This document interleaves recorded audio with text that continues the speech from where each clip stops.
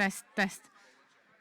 All right, so lots of discussions. The collaboration's already started. That's great. So we will just, so we will start reporting back from the different breakouts. If you just can hold for other 10 minutes, and then we will go into the networking, and we will be able to talk with each other.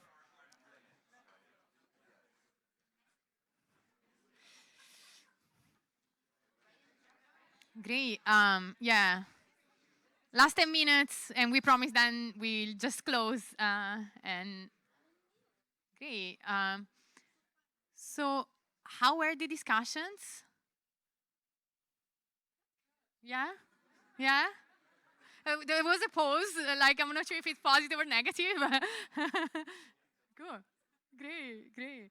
All right, so we will have some, we have asked some representative from the 3 breakouts to report to the plenary their takeaways and lessons learned. Perhaps not easy to report back for 50 minutes of deep dive conversations. So shall we call them? Yeah. So we would like to call on stage from Breakout 1. I think Nora is not here yet, or is she here? Nora from PepsiCo? Well, if not, well, okay. From Breakout 2, Meinrad Bauer. And from Breakout 3, Autumn Fox. Okay, so shall I give the mic? Mayra, would you like to go first? So, Mayra, you joined the Net Zero Fashion. What has been the discussion about? Okay, I'll do my best. So we had a representative of the Apple Impact Institute, a representative of the brands, H&M, and myself as representative of Tier 4, so commodity trader and processor. So basically, the discussion went around. I mean, we shared our perspectives on the the need to enhance collaboration, foster collaboration, and the need for consensus around what actually what we should place our bet on. So AI mentioned around the need to identify, promote technology that work, demonstrate, to make sure that eventually we move from a philanthropic towards a more sustainable financing of solutions that demonstrate that they have a business value. Then similar view shared by H&M around the need that climate action is there to secure future business, right? And so there needs to be a business case behind the action that is taken, and then we're dealing with the reality of short-term thinking often, and therefore there's been a mention of a need of a separate budget to make sure that we can invest in these, demonstrate that these work, and then eventually prove the business value of whatever action is being taken. There's been a lot of focus on where most of the emissions lie in this value chain, which is further downstream in the processing of materials, assembly of materials. The fact that there's a need for consensus around accounting guidelines to make sure that we avoid free riding. So typically, if there's an investment in a facility, the supplier will have many customers eventually. If there's one customer investing, there's a need to make sure that we can recoup the investments, and so we need the accounting guidelines for this. On our side, more upstream in Tier 4 in the value chain, we expect the need to have a better understanding of the value that downstream player give to a lower carbon commodity, so that we make sure that whenever we make a move to invest, we can count on some sharing of the cost further down the line. Yeah. So very briefly speaking. Yeah, long discussions, I would say. So sustainable investments and making sure the impacts are claimed and yeah. So thanks, Mira. Autumn. I was in the co-claiming or co-reporting group, and I think there were sort of three themes to the discussion that we had today.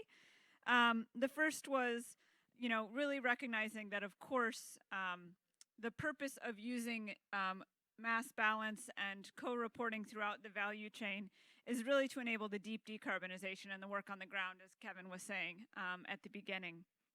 And as we do that, we need to make sure that we have the safeguards and credibility, but also making sure that there is enough flexibility to acknowledge the variability that there is in ag and the transformation of data from lower quality data to higher quality data over time.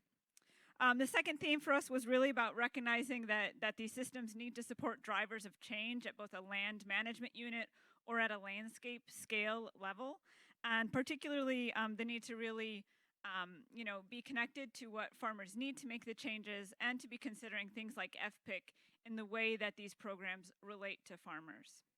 And finally, it was sort of just a note among us, on the need for patience and empathy, ranging from patient capital of being able to invest to help farmers through the risky stage before they get to performance, but also being patient with ourselves. And I had a really great quote from Martha at the end, which was about that agriculture needing to be one of the first sectors to achieve net zero and one of the last to get guidance, so that we can all be a bit patient with ourselves and where we are. Great. That was Martha.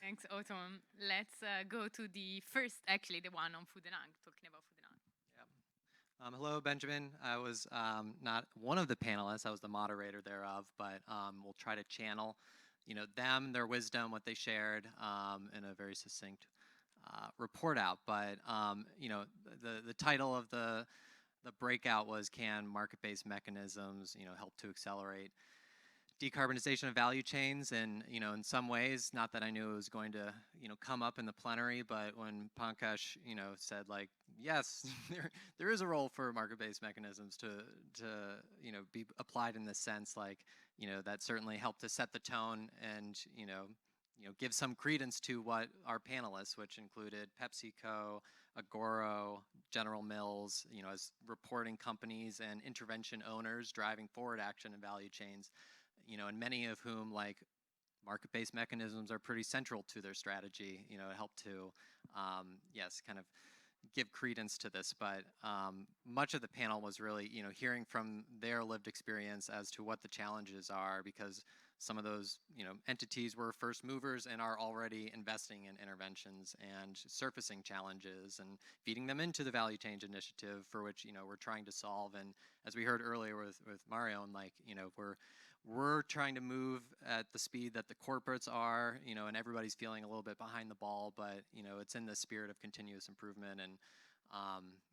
And yeah, I mean, the challenges were definitely, shared, and they were commiserating amongst themselves. We also had a representative from the Science Based Targets Initiative speaking to, that dynamic of flag and that commitment, what the implications will be relative to their lived experiences, but, was a little bit more silent on the market-based mechanism approach, but was still a valuable perspective to hear for sure. And then Pierre from Sustained Cert, Director of kind of Climate Methodologies, was highlighting the output from the VCI from earlier this year, from our third working group, and kind of like how that contributed to the conversations around not just land-based emission and removal accounting, but what role, does market-based mechanisms play within that.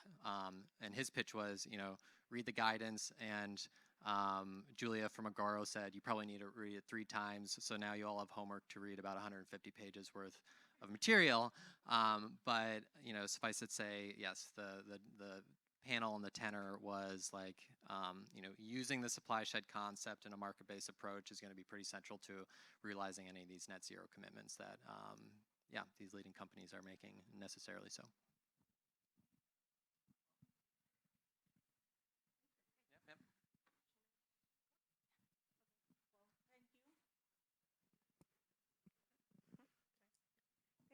Thank you, everybody. Now, the very last thing that we are going to ask today, or well, the last activity, and it's a fun one. So we have a small matchmaking board in the hall. So ideally, we want to walk the talk, right? So we have been talking about collaborations, like this step in the dark mentality together, etc. So we put out there a board where you can throw questions, also say what you need, what you're looking for, and hopefully you can find a partner for the journey. Right?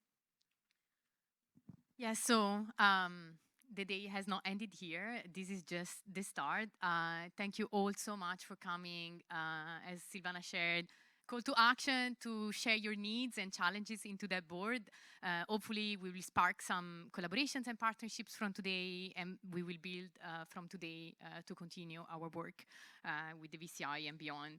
So, I mean, today we were all, you were all active participants in this Scope 3 efforts. We have aligned on challenges, barriers. We heard updates from standards, market-based mechanism, what's happening, what can we wait in the next months. Lots of exciting things and news. So we want to thank you all for being here with us today. It's been a great day together. If you're interested in the VCI, please stay tuned. As we shared with Silvana, we are launching the Food and Agriculture Working Group 4 in November. We are continuing working on apparel, and that's it's just our start, right? We are just at the beginning. Big thank you to our big team. First of all, Leah, our event manager. It has been amazing. Thank you, Leah, for leading us through these events. Then, of course, Elena, Thomas, Marion, and the whole VCI Sustaincer team. I would also like to thank Mariana, Naomi, Kitty, everyone that was online. Forgetting anyone, Dino, the whole Sustaincer team. I think that's it. Well, so thank you, and well, let's keep this collaboration going. Thank you.